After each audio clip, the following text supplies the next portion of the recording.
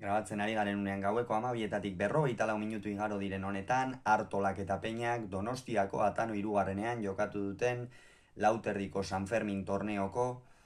lehen finalerdiaren, Baikoren Adarreko finalerdiaren analisia egingo dugu. Iñaki Artola zen favorito, baina Jon Ander Peñak pronostikoak hautsi ditu. Nola gainera 22:15 menderatu du alegiarra eta ondorioz uztailaren 7an, hau da, etzi,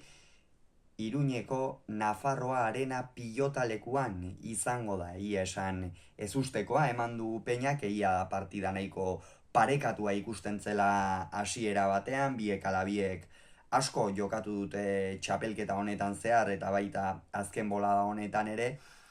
Gogoratuko dugu batetik Iñaki Artolak Hernanin Joanes Bakaikoa 22:13 menderatu zuela eta Gernikan irabazi zion Jon Ander Peñak Iker Larrazabali baita ere 22:13ko emaitzarekin. Gauzak oso ongi hasi dira Jon Ander Peñarentzat, batez ere sakearekin etekin handia ateratzen hasi da, baina orain artean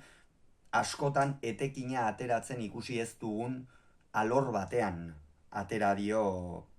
zukua partidari gaurkoan Peñak, eta hori boleaz izan da. Egia esan partida hasieran boleaz sekulako mina egin dio Artolari, horrez gain Iñaki Artola iruditzen zaitetzela ez dela bat ere ongi sartu partidan, abagunea izan duenetan amaitzeko asko kosta zaio, Peñari oso eskura ematen zion pilota, eta oroar Jon Ander Peñak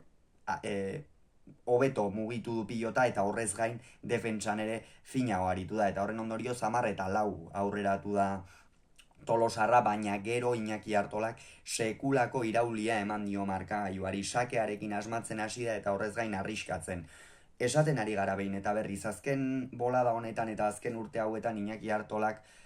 arrisku gehiago hartzen ditu, eta horrek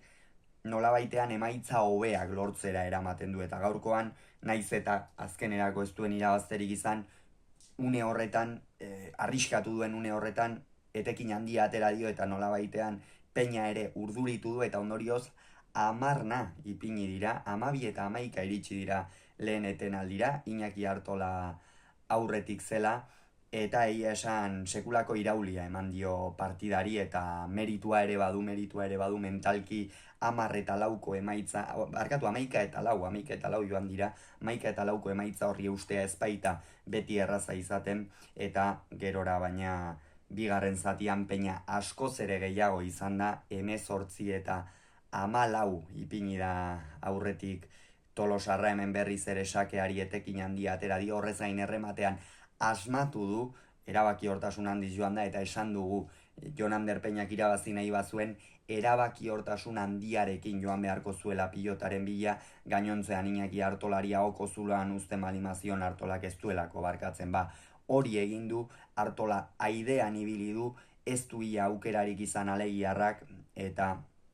18-14 horren ostean, jada zuzenean joan da 22 Tolosarra azken zati ikusgarria egin du, benetan saketikan hasita Iñaki Artola ere apur bat amore emanda zen dagoeneko, baina benetan meritu handiko garaipena atera du Tolosarrak, batez ere Iñaki Artolak buelta eman dionean oso testu inguru zaila jarri zaiolako, baina erakutsi du hauetan ere, alakoetan ere jokatzen badakiela.